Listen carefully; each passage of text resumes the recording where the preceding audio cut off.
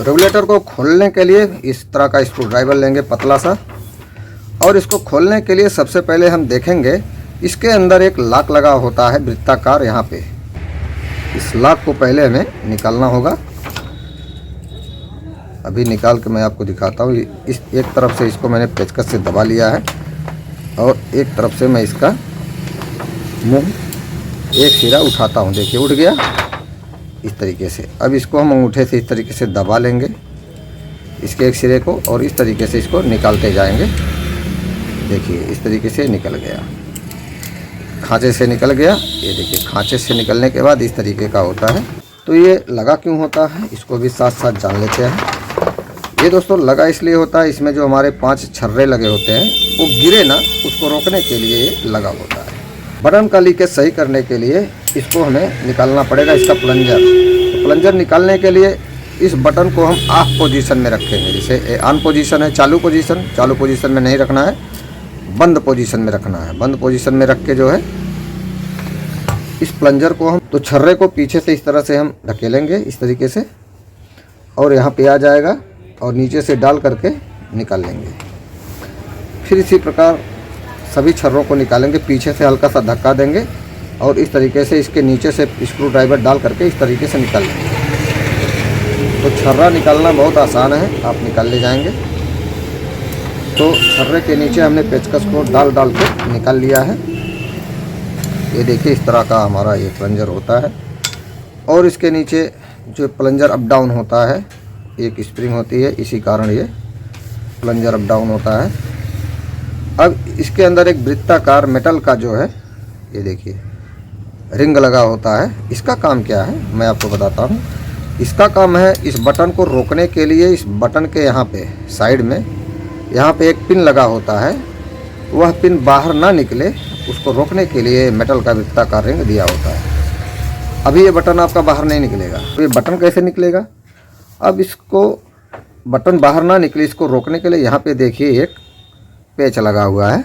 ये देखिए देख रहे हैं ये पेच इसमें है। इसको निकालने के लिए क्या करना है, अभी इस तरीके से बटन खींचेंगे नहीं निकलेगा क्योंकि वही पेच स्क्रू रोक रहा है। तो इसको हम इस तरीके से ठोकेंगे। देखिए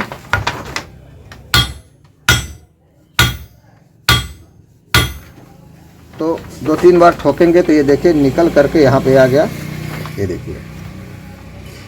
देखिए इतना छोटा सा होता है। मैं इसको यहाँ पे रख देता हूँ। अब यहाँ पे देखिए ये निकल गया। 2-3 बार ठोकेंगे आराम से तो निकल जाएगा, और इसको पीछे की तरफ खींचेंगे तो बटन आपका निकल जाएगा। इसमें 3 खांचे होते हैं। एक खांचे में एक रबड़ चढ़ा होता है ओरिंग गोल वृत्ताकार, दूसरे खांचे में भी एक वृत्ताकार ओरिंग लगा होता है, इसको आप गैस्केट भी कह सकते हैं। तो 2 खांचा इसके लिए हो गया। ये तीसरा खांचा जो आप गहराई देख रहे हैं ये जो है इसी पिन के लिए होता है। तो ये पिन जब यहाँ बैठा रहता है तो इसी जो है इसी खांचे में इस तरीके से बैठा रहता है, जिससे हमारा बटन बाहर नहीं निकलता है। ठीक है, तो अब चलिए रिपेयर करने के लिए आपको क्या करना है, कुछ करना नहीं है, बस 2 रबड़ की ज़रूरत पड़ेगी और ग्रीस की ज़रूरत पड़ेगी।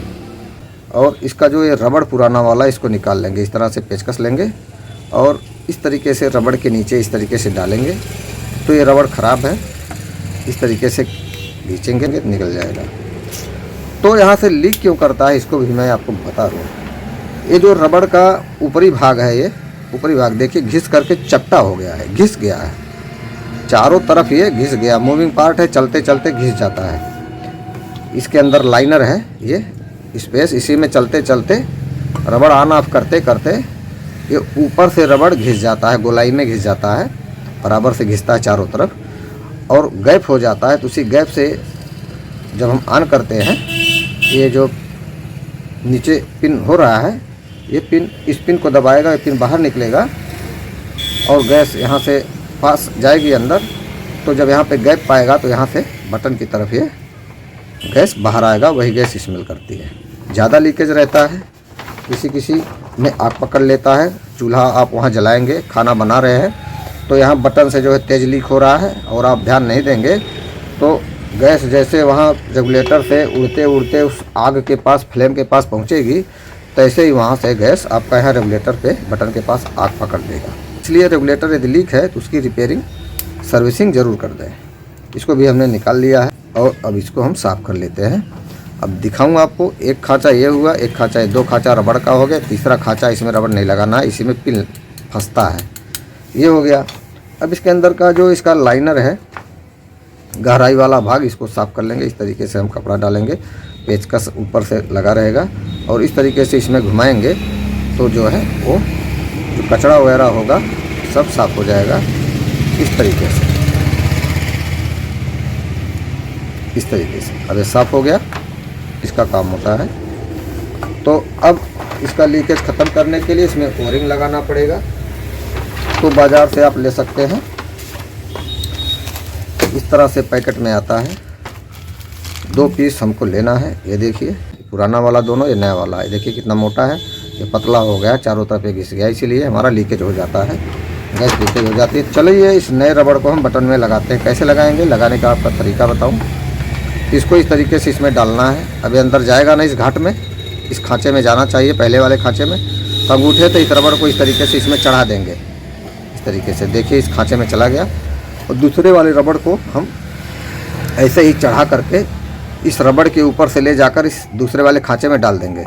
और इस तरीके से देखिए अंगूठे से दबाया, इस रबड़ से ऊपर चढ़ा दिया। इस रबड़ के ऊपर भी हमको चढ़ा लेना है इस तरीके से। चढ़ाने के बाद ये देखिए यहाँ पे आ गया, उतर रहा है। अब ये अपने आप दूसरे खांचे में फिट हो जाएगा। अब ऐसे ही आपको नहीं लगा देना, अभी एक काम और आपको करना होगा। इसमें ग्रीस की अप्लाई करेंगे। क्या करेंगे, ग्रीस की अप्लाई। तो ग्रीस आपके घर में हो सकता है, डिब्बी वाली ग्रीस, ये हमारे पास है। तो जो भी ग्रीस आपके घर पे है वही ग्रीस, इसमें हल्की सी ग्रीस, इतना हमने ग्रीस लिया और इसको इस तरीके से फिल कर दिया। ये देखिए अच्छी तरह से इसमें हम इस तरीके से चारों तरफ इसके लगा देंगे इस ग्रीस को। बस इतना ही हमको करना है। अब हमारा रेगुलेटर नया हो गया। अब ये चलेगा झूम के, कोई लीकेज नहीं होगा। तो लीकेज इसी वजह से होता है, ओरिंग ये घिस जाता है, कट जाता है। अब लगाने का तरीका बिल्कुल आसान है। इस तरीके से लेना है और इसका जो ये पॉइंट निकला है ये ऊपर की तरफ रखेंगे इस तरीके से, नीचे की तरफ इस तरीके से नहीं डालना है, ये हमेशा ऊपर रहेगा। और जो इसका जहाँ पे ला के बंद होता है, ये रेगुलेटर में एक पॉइंट उभरा होता है, उसमें देखिए ये लास्ट वाला है और इतना जो है यहाँ से यहाँ तक घूमता है बटन। तो इसको भी ध्यान देना है। इस तरीके से हमको लगाना है। इस तरीके से हम इसमें इस तरीके से लगा देंगे। बटन को हमने डाल दिया। अब देखिए ये लग गया। अब देखिए बटन से ये पिन आना अंदर बाहर हो रहा है। हमने ऑन कर दिया रेगुलेटर, पिन बाहर आ गया, ऑफ़ कर दिया, पिन अंदर हो गया। ये बिल्कुल स्मूथली ये बटन चलने लगा, सब कुछ ठीक हो गया, बटन लग गया। अब बटन बाहर ना आए उसके लिए इस पिन को लगाना पड़ेगा जो लॉक का काम करता है, जो बटन के तीसरे खांचे में बैठेगा। इसमें हम इसके सुराख में इस तरीके से पिन को रखेंगे और स्क्रू ड्राइवर की मदद से इसको उसमें उसके होल में डाल देंगे। छोटा सा होल रहता है, पतली सी छोटी सी एक पिन है, ऐसे डाल देंगे। देखिए तुरंत लग जाएगा। ये देखिए लग गया। ये देखिए इसके होल में ये पिन बैठ गया।